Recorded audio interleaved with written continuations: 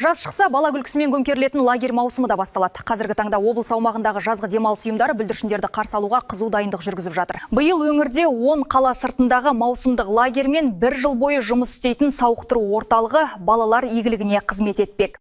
Жыл бойы қызмет көрсететін негізгі орталық Жамбыл ауданындағы Мөлдірбұлақ сауықтыру орталығы. Ал жазғы маусымда Қордайдағы Балауса, Меркідегі Жұлдыз, Таластағы Жырындысай және Тараз маңындағы Болашақ лагерь бала қабылдайды. Биыл кейбір демалыс орындарында жұмыс уақытша тоқтатылған. Атап айтқанда Кооператор, Бәйтерек, Рауан және Жұлдыз лагерлері балалар қабылдамайды.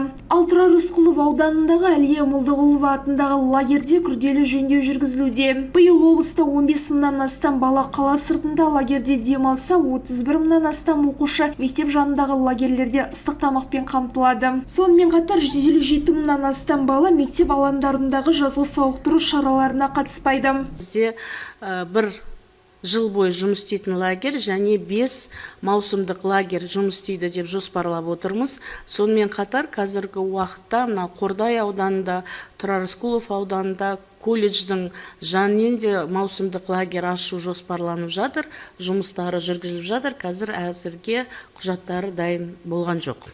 Мамандар лагердегі қауіпсіздік пен тазалыққа ерекше көңіл бөлуде. Санитарлық талап сақталмаған жағдайда балаларды қабылдауға рұқсат берілмейді. Асхана тазалығы, медицина қызметі мен азық-түлік сапасына қатаң бақылауда болады.